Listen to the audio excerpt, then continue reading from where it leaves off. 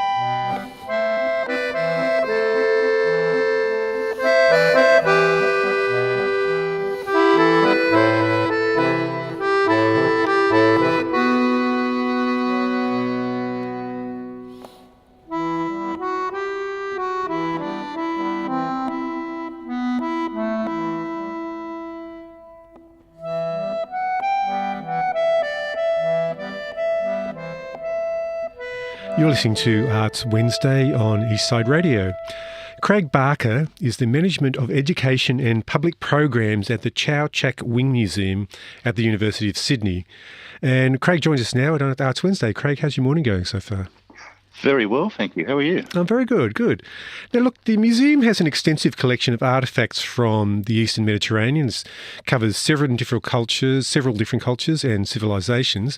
So I just want to clarify a definition at first. Look, recently I was at my favourite Greek supermarket in Earlwood, and I asked, do these olives come from Cyprus? And the emphatic reply was, no, they come from Greece. So with the Greek and Cypriot collections, we're talking about two different countries. We are. And we're talking about two different, both artistic traditions and also cultural traditions. So whilst, and obviously the modern politics of the entire Eastern Mediterranean, of course, are very complicated, but Cyprus in particular, having been split since 1974 following an invasion by the Turkish army. But although between Greece and Cyprus there is a common language, Greek, and many common cultural heritage and obviously religion is part of that as well with the Orthodox Church. When we get into antiquity in particular, there's a lot of very distinct separation as well. A lot of really interesting intermingling, but a lot of very distinctive individual traditions as well. So it's interesting to follow some of those. Bear in mind that also the idea of Greece is a modern concept as well. And the modern nation state of Greece has only existed since independence. What you had in antiquity was a whole lot of smaller city-states, often with very distinctive artistic traditions from one another. And then obviously the islands having a separate tradition of what's happening on the mainland. And so, it's once you actually get down into it, there's a lot of very interesting artistic and cultural patterning going on. So, in terms of archaeology, how does Cyprus differ from Athens and even mainland Greece and all the islands as well, for that matter? I mean, do they cover the same areas, or do they overlap, or are they separate? Look, there is a lot of overlap. So, really, in terms of mainland Greece, you have prehistoric cultures. These are cultures of the Neolithic and into the early Bronze Age before there's a writing tradition. Then in the later periods of the Bronze Age, the development of the Minoan culture based predominantly on Crete, but it's more of a Aegean focused. And then obviously on the mainland, the Mycenaeans, and gradually the development of a Linear A and then Linear B writing system. Linear B, of course, has been translated.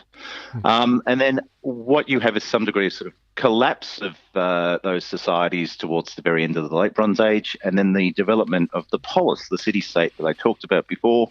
Archaeologically, we refer to it as the geometric period, then the archaic period, then the classical period, and then the Hellenistic period. But really, those are modern artificial constructs. What you've got is a slow, gradual development in each of those different areas of mainland and island Greece of city-states, and associated with it is artistic traditions in sculpture, in vase painting, and in other forms that have survived, and obviously also in other material that hasn't.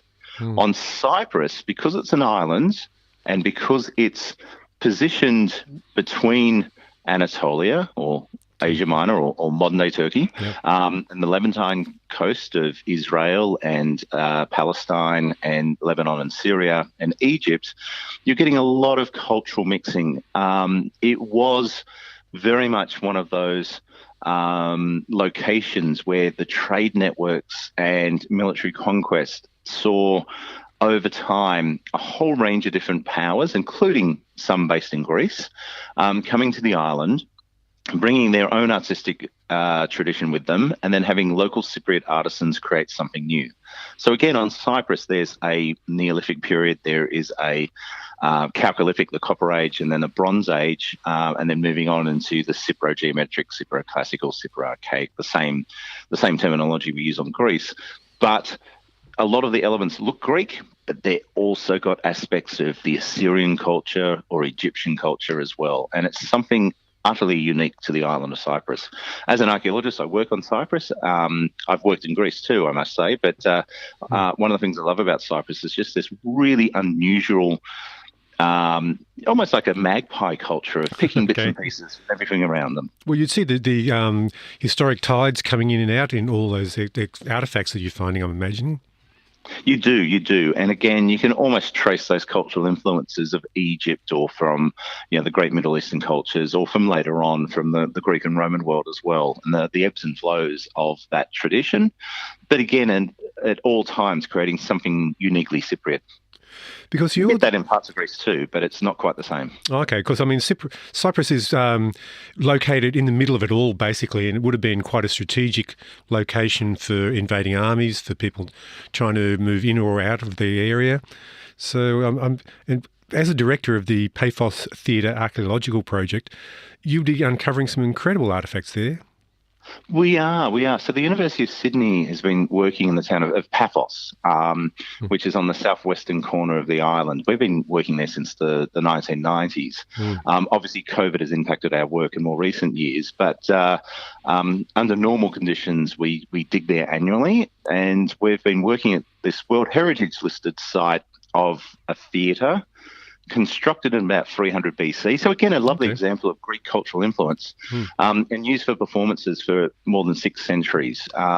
So it's a really important aspect of understanding the cultural life of the ancient world, but also the architectural development, the way that a society engages with public building and public architecture, and the associated infrastructure. How do the drains work? How do you get 8,500 people in the audience in and out of their seats? all of those types of questions are really, really quite fascinating. There's still the same problems today, getting people in and outside of theatres. Yeah. Well, there have been some studies where it's actually possible to get audiences out of a Roman amphitheatre much faster than it is to get it out of a football stadium in a modern city as well. So it's really quite fascinating. That's very interesting. I guess it was all about ticket sales. Yes. Maybe. So you haven't had much hands-on digging going on the last couple of years. So you're getting back there this year with the lifting of the restrictions? Yeah, look, obviously with the lifting of restrictions, it's meant that some of our team have been able to do research on the island again. In terms of our excavations, we're aiming to return early next year. A lot of the other foreign missions from Europe and from the United States of America are returning this summer and in the Northern Hemisphere. So things are slowly returning to normal, which is really quite exciting. What are some of the standout discoveries you found at that site? Well, in terms of the site, I think the key thing is the overall architectural development of this theatre. People tend to think of if you're lucky enough to travel to somewhere like Epidavros or even the Pompeii, where you see the theatre there, or even the amphitheatre there, do remember there is an architectural difference between a theatre, which is used for performances of plays, and an amphitheatre, which is a Roman invention and is for gladiatorial fights.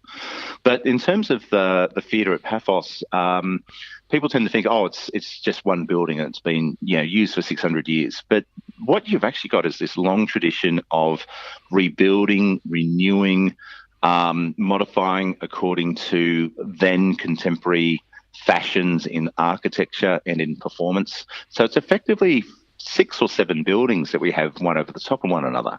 Oh, okay. So it's almost like a jigsaw puzzle, both in terms of understanding what has been found and what has survived in the ground, and then piecing together the story as to what phasing that belongs to as well.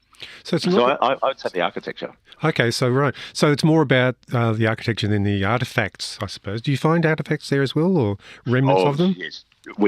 So within our inventory, we have more than 100,000 artefacts. Now, this could obviously range from very, very small broken sherds, tiny fragments of pottery, up to far more sophisticated and intact Roman sculpture, for example, carved from marble, which has been imported, architectural elements, coins, fragments of glass, and then a whole range of different types of pottery, some of which obviously would have been used within the theatre itself. A lot of it's been washed down from the hill behind the theatre. Okay. But really good cultural indicators of both activities of humans in the past and also the chronological changes, the changes through time.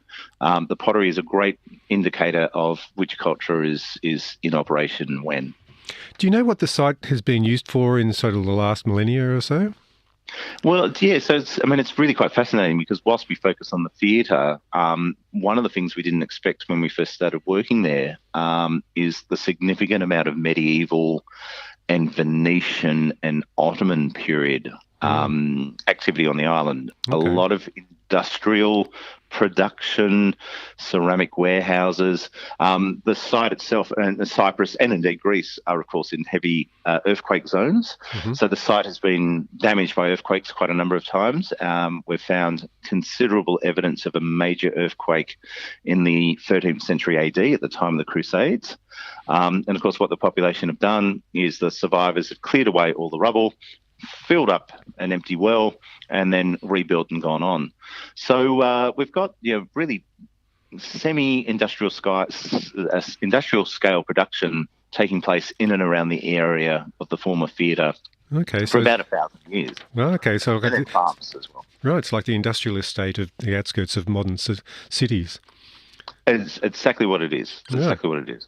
So is Sydney University involved in any other digs in Greece or on other islands? Yeah, so look, the University of Sydney, of course, has been incredibly active in terms of archaeological projects globally. But in terms of the work in Greece, there is an organisation called the Australian Archaeological Institute at Athens. They operate an office and a hostel out of Athens where Australian scholars and artists can stay while doing their research. And the way that the Greek system works, that for foreign missions to actually get a permit to excavate or survey a site, and that must be done for a foreign school.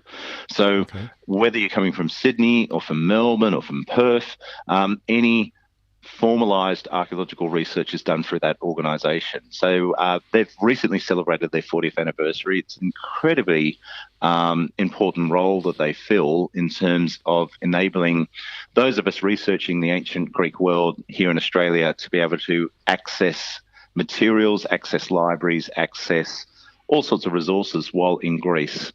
And so the Institute itself has, over the years, run a number of excavations, probably most significantly an early Iron Age site, so about 2,800, 2,700 years old, at a place called Zagora on the island of Andros. Andros. Whereabouts is Andros?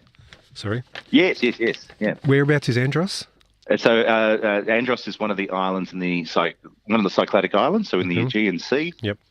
And from there, this side of Zagora would have had trade connections with a whole range of other islands, engaging in the economy, and importantly, really good evidence of houses of this time period, of which there are very little on other parts of Greece. So it's a very important site. It's a great resource for tertiary archaeology students.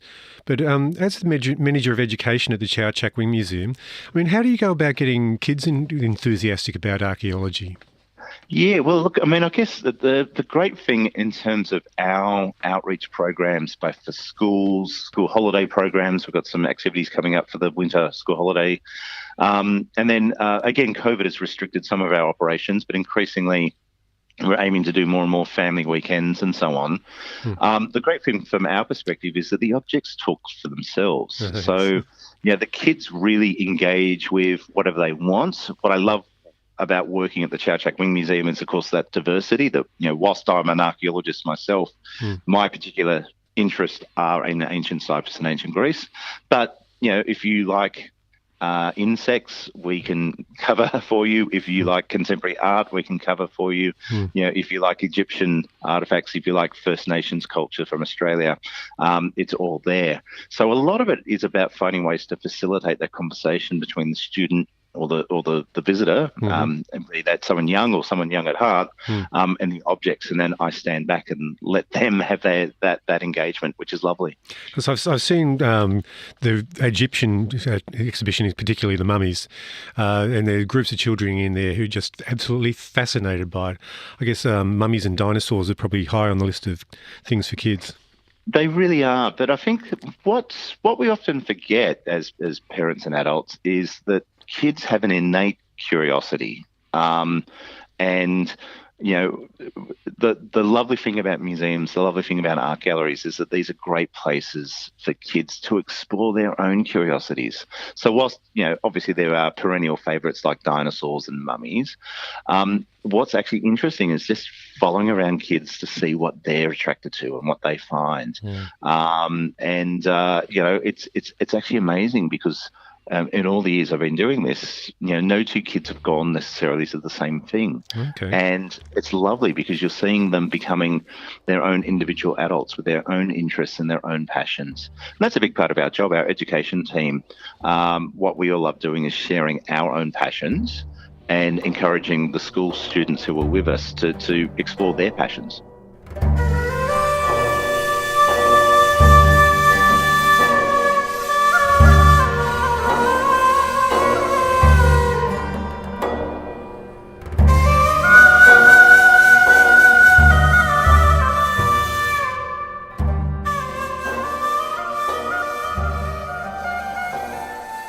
I'm talking to Craig Barker, the Manager of Education and Public Programs at the Chau Chak Wing Museum at the University of Sydney.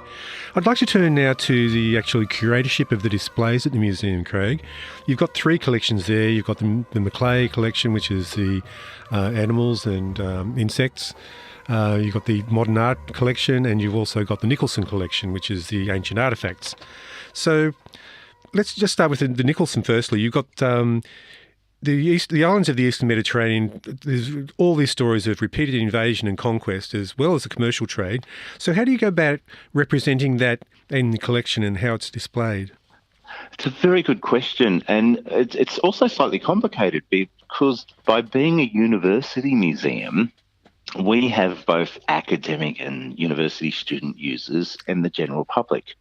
So how do we find a narrative which fits into our teaching needs and our research needs, but also one that the interested but untrained layperson who's got I've got an interest in ancient Egypt, but I haven't read book after book after book after book. How do we find a way that they can engage with the collection as well?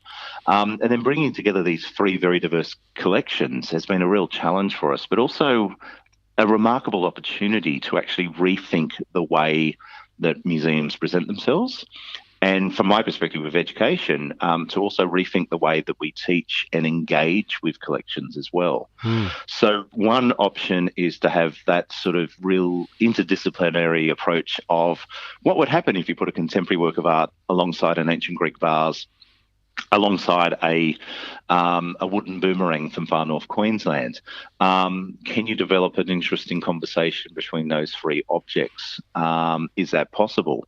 So that was one of the conversations that we started to do. And in a number of our exhibition spaces, we've got themes that run across the collection, looking at that very notion of these two objects on paper have nothing whatsoever to do with each other. Okay. But if you look a little more closely, there are this link and this link and this link, and indeed you might find a link that we've not been able to think of. Okay. So you draw out those links, you draw those links out in the world plaques and things?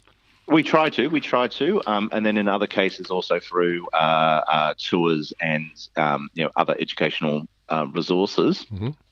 In some cases, we also want the visitors to explore and find their own links as well. So it's a fine balance between providing information, but also stifling people's own creativity within the space.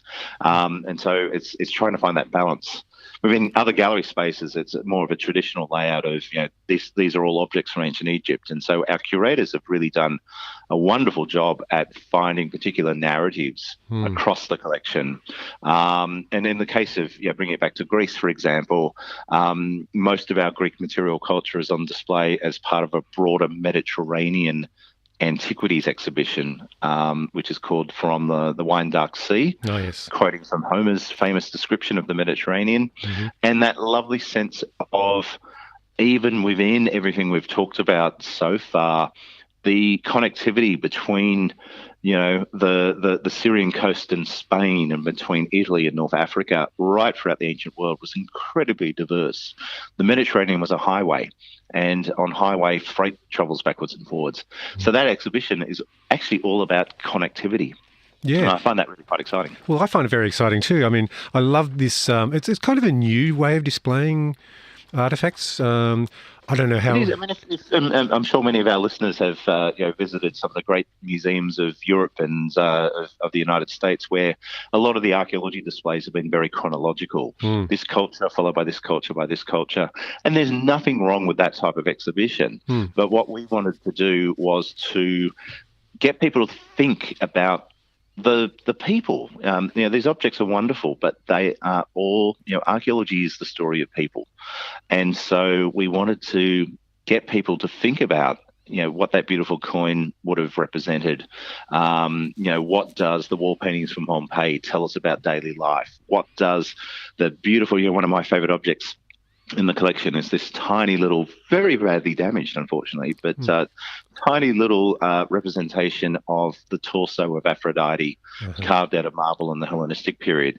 What was the relationship between the Greeks and their gods? And I hope that our visitors get that same experience when they come and visit us. Well, I mean, I've been to the Archaeological Museum in Athens, and you walk into this, it's basically a whole floor of terracotta pots. And it's just absolutely daunting. Overwhelming. Yeah, totally overwhelming. You'd have to be a real expert in it, or, doing a PhD in it or something to wade your through.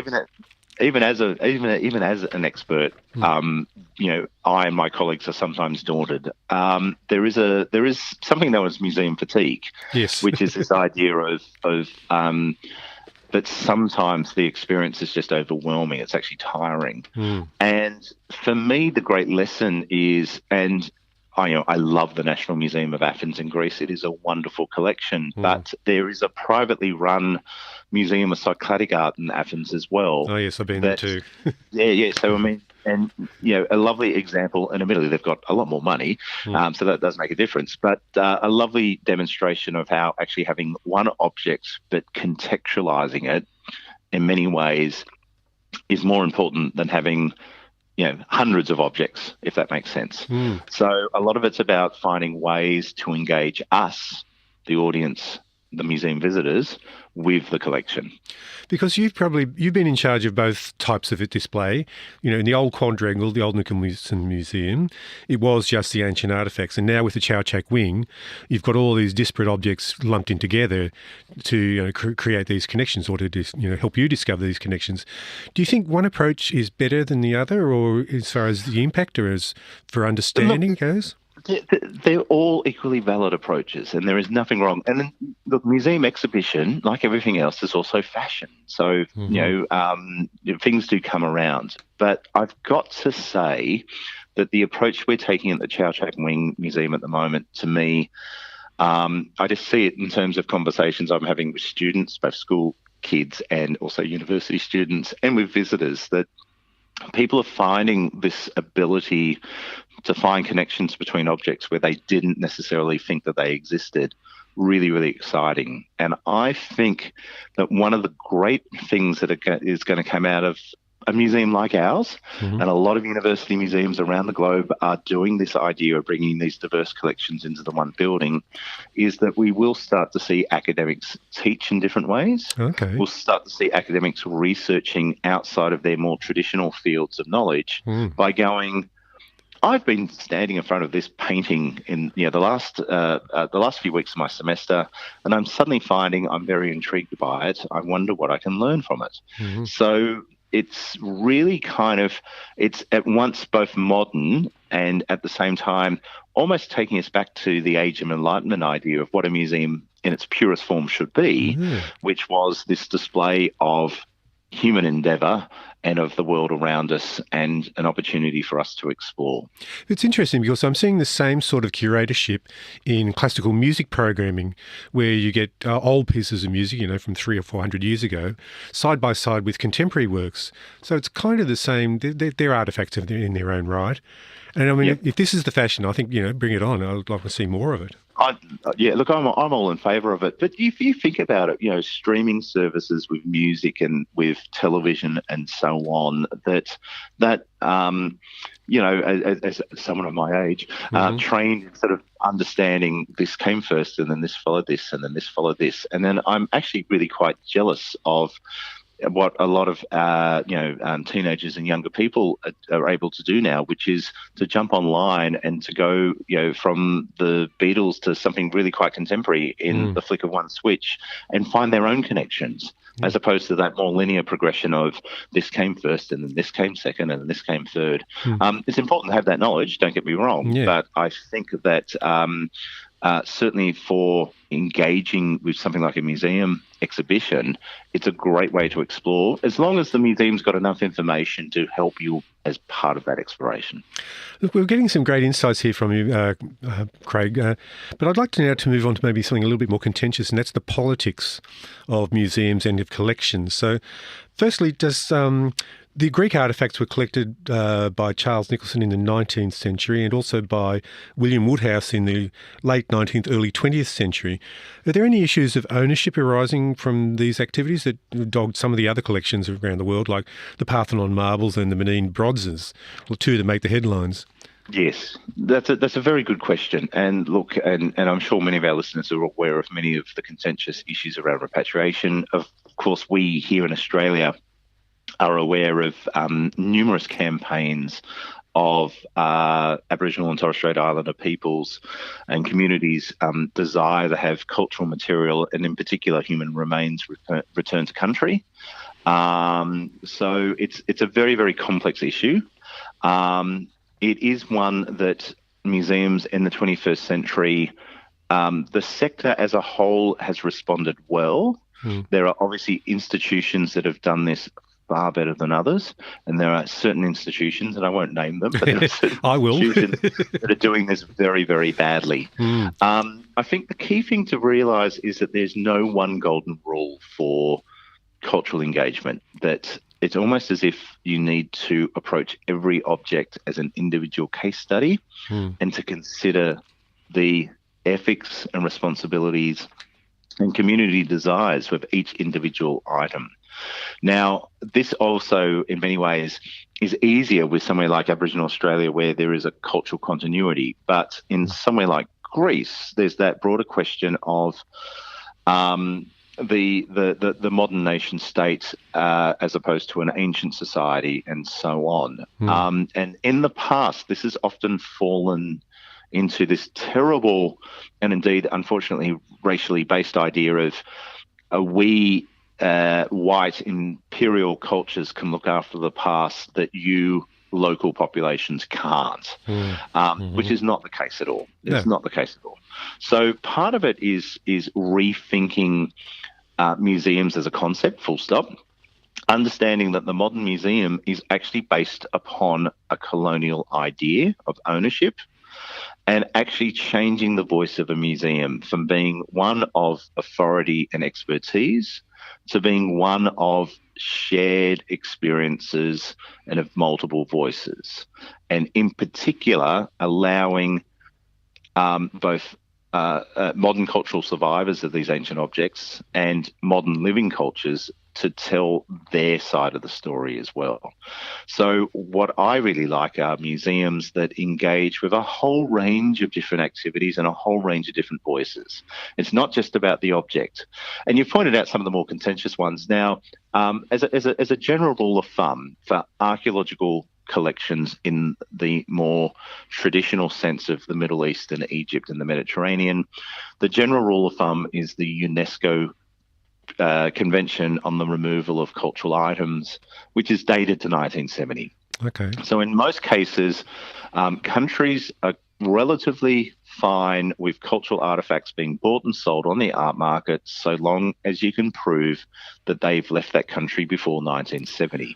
There are some exceptions. Greece, for example, has amongst the tightest antiquities laws in the world and had them right from the 1830s. So there are some exceptions, but that's the general rule of thumb. Okay. And again, you can critique that, but it's at least gives a framework for everyone to work with. So is that sort of the 1830s? Is that sort of a let out of jail card for Lord Elgin? And because I think it was 1801 when he took the Parthenon marbles back to Britain. Now, this is where it gets complicated. So with the British Museum's claims of ownership of fragments of the Parthenon sculptures, the so-called Elgin marbles, collected by Lord Elgin, who was the British ambassador to the Ottoman Empire in the late 1790s and early 1800s.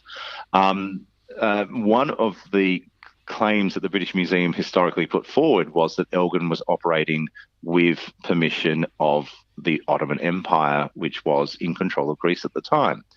But obviously from a Greek perspective, that's a double insult. That's firstly, you're taking our cultural material, and then secondly, you are taking the word of the invader and occupier as the legal authority, where the moral argument would be, and people like Jeffrey Robinson, for example, have made this, that you cannot make those claims because they were not the legal owners. They did not have the right to sign away those rights. So there are some complicated issues, and there are particular, the Elgin marbles, the Parthenon marbles are the most famous, but the Rosetta Stone is another example. There are often particular key symbolic objects or collections of assemblages of objects that represent some degree of real meaning and symbolism for a modern nation state. And I believe we need to take those particular objects into account when we're discussing the rights and wrongs of who owns them. I read the other day the president of the British Museum in London has suggested that they could be, the Parthenon marbles could be loaned to Athens. Do you think there's any chance that there's going to be some repatriation here? Look, again, incredibly complicated, because it's not just a matter of the British Museum making a decision, that it actually involves changing of legislation within the British Parliament. And you've actually had a number of British governments over the years. Tony Blair's did it. Yes. Boris Johnson claims to be a classicist, and yet, seems to be out of step with the thinking of most students of the classical Greek world. Again, even if there is a willingness amongst the museum, which there in general isn't, although they're certainly at least making the right moves now, there's not necessarily the political will. Part of the complication is that our concept of loaning it back to Greece, that option may have worked 10, 15 years ago, but the Greeks have become increasingly hard line in their statements, and I understand why, and I actually personally support them from that perspective, because the British Museum shouldn't be brought to the table dragging its feet behind and being brought in kicking and screaming. They should be leading the conversation as one of the world's major cultural institutions. The fact that other museums in Britain and other museums globally are doing this far better is actually in many ways a real wake-up call to the major cultural institutions that if you want to pretend to be global world leaders, you need to engage with these types of conversations. And Australian cultural institutions, again, we are not perfect by any means, but we have at least been engaging with these conversations for much longer because of the awareness that we had to begin that conversation, that painful conversation with Aboriginal and Torres Strait Islander communities. We still have a long way to go. We have a very long way to go. But by at least talking about the ethics and responsibilities and understanding the mistakes of the past, we can at least confront them and do it better in the future. I read some wag on social media the other day saying the Greeks should go over to Britain, grab the Stonehenge stones and say, well, because obviously you don't know how to look after them, we'll take them home and look after them better for them for you again. Yes, we may remember that Burnham back in the 1980s, where the Australian Aboriginal activists actually claimed Britain on behalf of the Aboriginal nation as well. So there's actually been quite a few examples of these types of activist statements. Many people may be interested in Alice Proctor, who is actually Australian-born but lives in London and operates guerrilla tours of various British cultural institutions, in which she talks about the colonial impact and, this painting was painted by someone who owned slaves and things like that, and disrupting that perspective and actually turning on the head the notion of how museums should be exhibited. She's written a wonderful book about the experience, and I think that a lot of museums are actually looking at what she's doing, going, actually, we need to make that part of our tours, our regular engagement. That it doesn't need to come from outside the institution; it actually needs to come from within. So with this push towards repatriation of artefacts, I mean, if this continues and grows, what's that going to mean for the future of museums all over the Western world? Well, look, it's actually a positive. It really I would have thought that when people think of this as negative, but think of the world we live in. And in particular, after the last 2.5 years of troubles, that we live in a world of digital communication where it's so much easier now to provide access to 3D scans, to a whole range of technology online. We all visited museums while in lockdown on the other parts of the world. We all saw, theatre online. We all saw all sorts of cultural engagement digitally. And you can argue it's not the same experience, and it's not the same experience, but it is an experience. So that's one. The other thing is that there's been a general trend anyway towards more localised museums. You want to invigorate a local economy, build a museum, give the local village a sense of pride in their heritage, enable tourists to come and spend money. And that actually is a great way of encouraging local jobs, local understanding, eliminating looting in many parts of the world. And so, for the last 2 decades, there's been this trend towards decentralising museums in many countries anyway. One of the big issues here in Australia, of course, is repatriating items back to country. But if it ends up in a receptacle in Sydney or Melbourne or Canberra, it hasn't necessarily gone back to country. What I'd like to see in Australia is a whole lot of regional museums that sustain the story of both the First Nations people who lived in that part of Australia, and then also the ongoing story of European settlement in that area, of waves of migration, and the modern multicultural state that we are today from a local perspective. I think all of these things give us a really unique opportunity to rethink history and to rethink the way that we think about the past as well. And museums really need to be at the forefront of that conversation. On that positive note, Craig, I think we might end it there. You've given some great insights to the Chau Chak Wing Museum collection and also to the future of museums. I love the idea of the local museums bringing the stories of the Aboriginal inhabitants and also the development of the colonial invaders or occupiers, whatever you want to call them. So thanks again for your time. And it's been my pleasure. Thank you very much.